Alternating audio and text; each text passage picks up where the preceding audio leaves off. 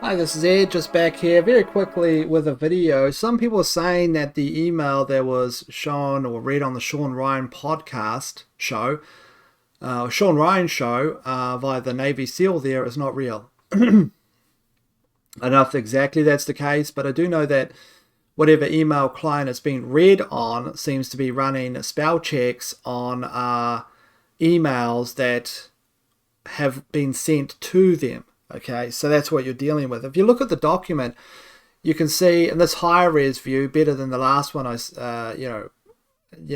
showed people, which looked like it was, being captured through a window covered in Vaseline. This one here has, a lot of words on it which have red underlines, right? Which is consistent with, of course, a spell check.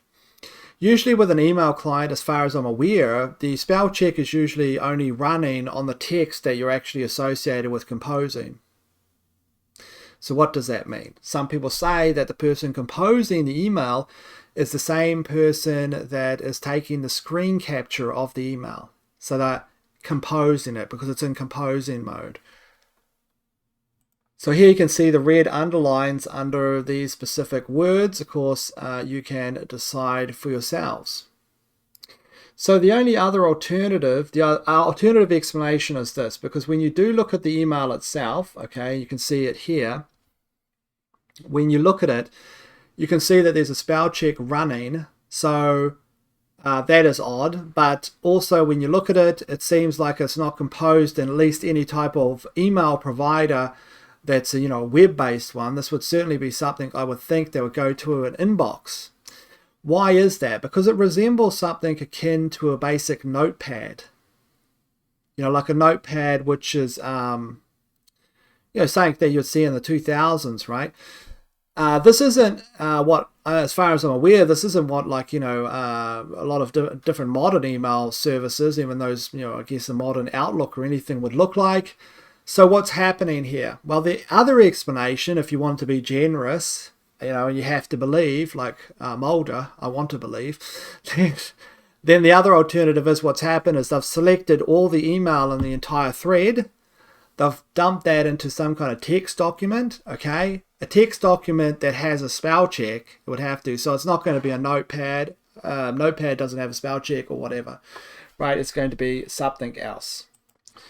So that is, dumped in the notepad, and then the notepad itself is, where they scroll up to the message and they're taking the screen capture there. Not a notepad, I should say, but some document or something that has spell check on it, because spell check is showing up. That would be the only thing that would make sense to me, because obviously this isn't a classical email provider or a client, right? A front end or a GUI, general user interface, because it doesn't look like that. For instance, if we jump over here, this is an email, for instance, in Proton Mail. Now that mail is said to have been sent from Proton Mail, but where it is received has been redacted, so I don't know the mail client. But this is what Proton Mail looks like. You can see it's got lines up there. It's got all these types of things. So, this is a normal email client, right? So, that is what the client kind of looks like. If you're just wondering about Proton Mail, it doesn't have anything that matches this. So this is, it's definitely not Proton Mail. We know that. It doesn't have any theme that matches that. Certainly, this does not even look like an actual email itself that came from a client. It looks like something that's been copied and put into a document. And then that's what it looks like, which might happen. I mean, if you get these type of emails, maybe you just want to get a backup for whatever reason, but that wouldn't have nothing to do with chain. That's breaking chain of custody completely. The only thing about an actual screenshot is it enables someone to at least analyze the pixels to see if something's been added or if it's been, whatever. But it's only really superficial. Obviously, you can spoof email addresses. You can make an email come to your address that comes from the President of the United States if you want, right? I mean, there used to be a plague of them in the early 2000s, as everyone remembers, right? You could trick your friend by sending them trick your friend by sending them an email that came from, I don't know, whoever. I'm just making it up, but whoever, the White House or whatever, talking about how there is a, whatever. So that doesn't mean anything either. And even if it was legitimately sent from his email address, if you have if in an event like this, and if someone wanted to have access to your laptop, and let's say it's more than what it seems, you just send anything they like, right? And then again, he might have just legitimately sent it. This might be his real thoughts. The problem with Mirror World is this, right? Here's the problem with Mirror World.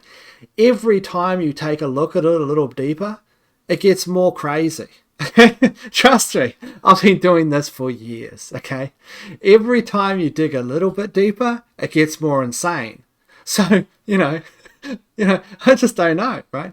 For instance, how they identified him was the paper again, because one of the physical laws in Mirror World is anytime there's an explosion or something, they can't identify the body, they always find an intact driver's license or an intact birth certificate or something, like something that is like the metaphorical equivalent of spray paint on the wall saying, I did this, this is me, here's my date of birth.